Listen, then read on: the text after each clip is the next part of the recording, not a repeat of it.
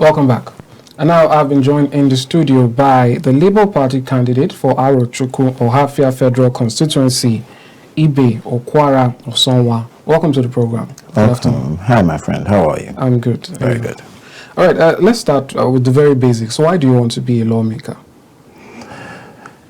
It is easy for all of us to sit on the sidelines and do nothing. It has to, it's come to a point where you can't keep abdicating responsibilities of what you think should be done, how things should be done for your people, for the country, to others. So occasionally you have to step into the ballpen yourself. And I think I've just done that.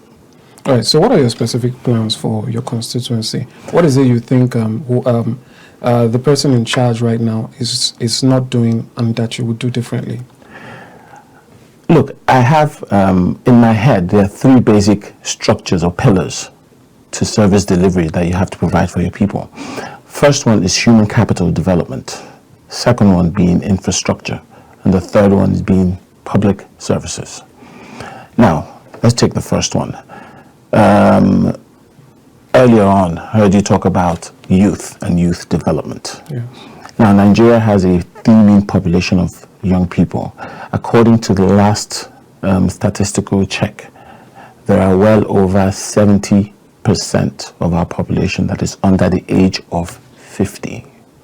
Now, when you have a growing population and there is little to be done, as they say, while we're growing up, they said, idle mind is the devil's workshop. There's so much not being done. There's so much that our youth should be able to provide. I was having a discussion recently with my daughter, and she goes, we have a lot of people in Nigeria. And I go, yes, we do. But that's our strength. Our strength should be our number. China's population is the bedrock of everything that the Chinese economy has built. Now, Nigeria should be able to replicate that. With over 200 million people, we are in a place where we should develop our capital, use our strength, whether it is skilled, unskilled, or semi-skilled labor, use that to build our economy. Now, if I can do that within my community, then we can use that as a blueprint for us to roll out nationwide. Now, there's public infrastructure. Now, you cannot build capital, human capital, that would end up going into industry without building your infrastructure, which means looking after your road networks, making sure that the roads work. We say that if the land or the country is a body, then your veins are the roads. Now we need to sort out. We need to sort out our road, because that's how our goods and services will come out to where they need to go out of the country. Because my presidential candidate, His Excellency Peter Obi, has always said that he wants to move us from being a consumption economy to an exporting economy. We have to start to produce as a nation. Now, with our road infrastructure, our power, everything being sorted out, then you've taken the step. Quite frankly, that is the most important step that should be taken. Now, we've talked about the humans and we've talked about the infrastructure. Now, whether you like it or not, only a person that is alive will be able to do all these things that we're saying. And one of the main public infrastructure that we need to look after is our health sector. I'm very passionate about health. It is worrying when you go to the hinterlands, when you come to my community. We have one general hospital that serves 2 local governments, and in fact serves probably 3 local governments, because other local governments have to come in and use that one general hospital. It's not well stocked. Thank God I'm an Igbo man, and thank God that what we do in our community is we believe in community development. So our age grades do the work. We need schools to be built. Our age grades in the community do the schools. We need local roads maintained. Our age grade does it. It's part of our, as we call it, Ipogo. about to retire, our traditional retirement, at the end of it, we do all these kind of community development things. So the community development always looks after things like providing medications, carrying out health drives, fixing hospitals, building clinics, fixing schools. We need to get to a point where the government takes responsibility for what the government needs to take responsibility for. And it needs people that will go out there and speak accordingly to get these things done.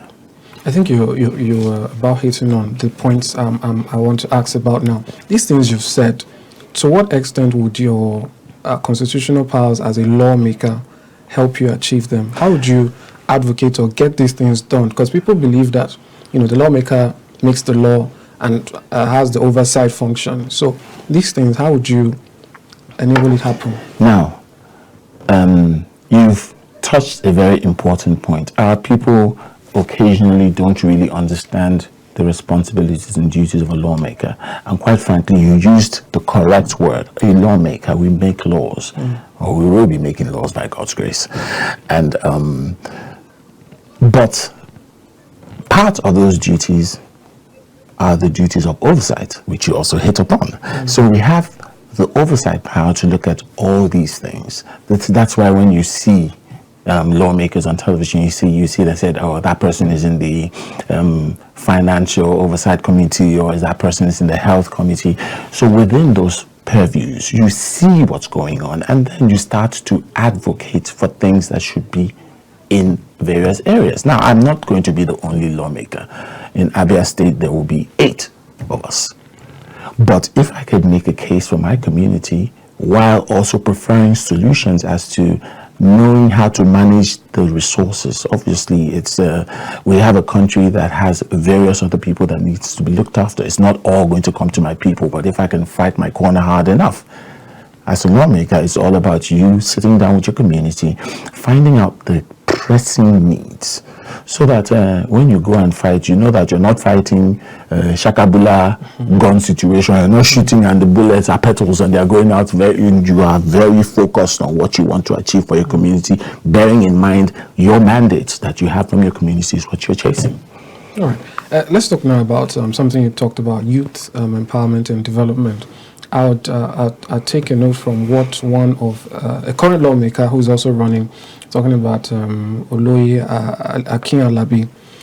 He spoke about lawmakers embarking on youth empowerment programs, and this is how he explained it. He said that you just have to do something for your people, irregardless of how it might come. And that the reason is because as a lawmaker, using himself, if he doesn't do it, someone else who wants his position is going to come and empower the youth, and the youth are going to vote for him. And the form of this empowerment was the discussion. In 2022, are there different or innovative ways you have to empower the youth, rather than what we normally see, where we see, kekena peps, which are very costly now, to be fair, and some other things that, that are given to youths, and it doesn't seem to reflect the nature of the world as it is today. How would that be different for you, if it would be? So I like the last point you made, which is reflecting the nature of the world as it is today. I'll start with myself. I'm an accountant. But as opposed to doing month-end accounting, which is what accountants are known for, I work with computers. I work with enterprise resource planning tools for organizations. So I believe very much in using what you have to get what you want. You use the technological advantages that we have. So my own form of empowerment will be teaching people how to get about surviving in this new modern world. The new modern world has stepped away from papers. Maybe about 20 years ago, a newscaster like yourself would sit here in his studio, and while reading the news, he's flicking a piece of paper. You're sitting here right now with a computer, looking at your laptop and reading from your laptop. Now that's development. That's a step in the modern world. So what would I want to do? I would want to teach my people how to use that computer. Teach them how to use the basics of it. I'm an accountant, I repeat. no matter the amount of ERP systems that or computer systems that you bring out that make accounting easy, an accountant is addicted to one particular tool, and it is called Excel. Teach people how to do that. You could move a boy that just went to university or went to a technical college from being just someone that doesn't know what he's doing to at least help a company close their books at the month end. Right now, I'm sitting with you. Organizations are doing their month end operations. They have thousands and thousands of people going through invoices, going through books, trying to close their book. If you had a guy with a computer, he would provide you that service. He would be logging in numbers, even things as meager as that. That's fair enough. Now let's talk about the political aspect of this. Why Labour Party, and how do you gauge your chances against the big wigs? And there's a statement that's usually directed at Labour Party supporters. Yes. So what is your plan for that also? So that structure discussion brings a smile to my face. Structure is about human beings. A political party is never about the building where they reside. It's all about the human beings that inhabit that building, that use that building. The building is just a meeting point. It's the human beings that's actually the structure. Why Labour Party? Quite frankly, the union is everything. It's everything. Human beings, this electoral process is about the people. We run a democratic form of government, and any democracy is for the people, by the people. That's the definition. So therefore, it is the people that drive it. And who are these people? They are the labor unions. They are the workers, they're you and I. The man that wakes up from his bed early in the morning and has to wade through the traffic to get to work. The man that puts in his hours and goes back home. The man that wants to send his children to school. The teachers in school teaching those children. The bus drivers. Everyone. So the Labour Party stands for the people. And as it were, it's one of only two parties in the country that actually has a human being as the logo of the party. Not a chicken, not a goat, not a house, not a car, not a broom, not an umbrella, but a human being, because it's human beings that actually have to do the work. That's fair enough. Now, we'll talk about the criticism, a common criticism that the National Assembly, this particular National Assembly, has had over time, which is that people call it rubber stamp, and they feel that the will of the executive always moves it. Now, a lot of people also believe that the Labour Party might not clinch a lot of seats. So it's likely that you might end up being a minority in the House. How would you assert your authority or your own, what's it called? Mandates, yes, given to you by your people with all that pressure? Because it definitely is going to be a lot where blocks vote together. Would you always stand your ground? Take, for instance, I'll give an example. On the issue of electronic transmission of results, weirdly, people expected that the votes for that particular clause, it would go according to party. But it happened that even some persons in the opposition voted or were not even present for the votes, and hence it didn't count. So in a situation like that, where you believe the people's rights or the people, this is good for the people, but you're not going to win and you're going to annoy the powers that be, how would you go about that? I'm trying to look for a good way to put it, but